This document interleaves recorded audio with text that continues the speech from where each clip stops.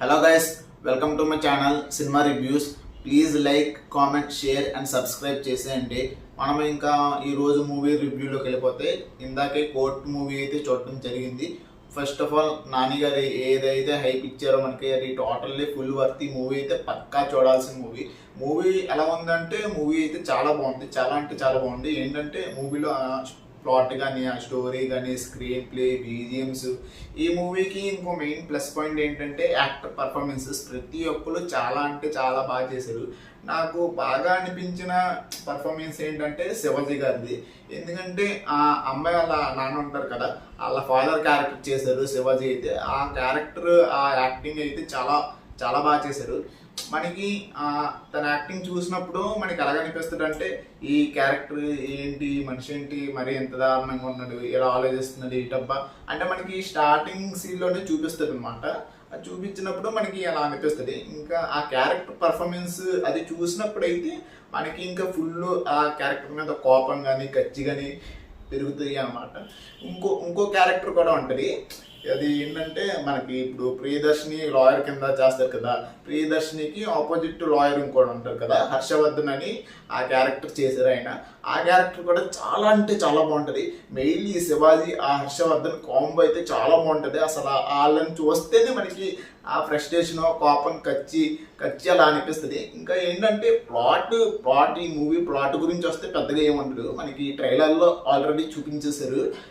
ఏంటంటే ఒక 19 years watchman వాళ్ళ అబ్బాయి, ఒక 17.5 years జమీందార్ వాళ్ళ కూతుర్ని, అదే మన శివాజీ వాళ్ళ కూతుర్ని లవ్ చేస్తాడు. ఈ మ్యాటర్ వాళ్ళ నాన్నకి తెలిసిపోయి వాళ్ళ నాన్న ఏంటి ఈ కుర్రోడ మీద అన్ని కేసులు సినిమా అదే ట్రైలర్లో చూపించినట్టు అన్ని కేసులు ఏం చేసి జైల్లోనే ఒక 14 years ఉంచేద్దాం అనుకుంటాడు. అయితే నేమొచ్చి మనకి ఇప్పుడు హీరో వచ్చి ఈ కుర్రోడిని ఎలా సేవ్ చేశాడు అన్నది మనకి సినిమా అనమాట. ఈ మూవీ స్క్రీన్ ప్లే అయితే చాలా బాగుంటుంది గాయస్. మూవీ స్క్రీన్ ప్లే అయితే చాలా బాగుంది, చాలా ఎంగేజింగ్గా ఉంటుంది, మీకు ఎక్కడా బోర్ కొట్టదు. అయితే మూవీలో ఏంటంటే ఇంటర్వెల్ ఫస్ట్ హాఫ్ అంతా ఒక లెవెల్లో ఉంటుంది, సెకండ్ హాఫ్ అంతా ఇంకో లెవెల్లో ఉంటుంది. ఫస్ట్ హాఫ్ అంతా ఎలా ఉంటుంది అంటే మనకి ఇంకా ఏంటి ఇలాగుంది, ఇంకా హీరోకి హీరో కాదు, అదే ఆ కుర్రోడు ఉంటారు కదా, హర్ష సాయో ఎవరో ఉంటారు, ఆ కుర్రోడికి ఇంకా న్యాయం జరగదా, ఏంటి ఎలాగుంది, అసలు ఇలా గెలుస్తారా అన్నట్టు అనిపిస్తుంది. ఇంటర్వెల్ దగ్గర నుంచి ఒక హై మూమెంట్తో ఇంటర్వెల్ అందవుద్ది.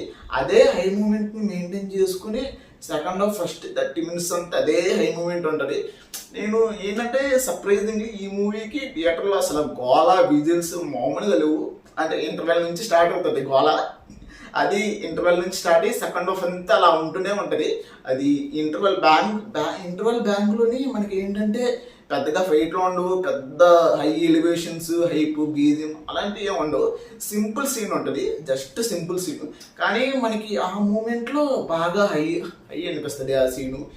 ఇంకా మూవీ ఇంకా క్లైమాక్స్లో మనకి అసలు ఇది లా ఎందుకు నేర్చుకోవాలి, స్టూడెంట్కి చదువుతో పాటు అంటే మామూలుగా ఇప్పుడు ప్రతి ఒక్కరికి ఇప్పుడు మనకి చదువు అని చెప్తారు కదా, ఇది స్టూడెంట్కి చదివే కాదు, చదువుతో పాటు లా కూడా నేర్పించాలి. అసలు లా అంటే ఏంటి అది మొత్తం క్లియర్గా చెప్తారు అనమాట. మూవీ చూడకూడదా అని వస్తే ఫైనల్గా మూవీ అయితే చూడొచ్చు, చాలా అంటే చాలా బాగుంది, ప్రతి ఒక్కరు పక్కాగా చూడాలి.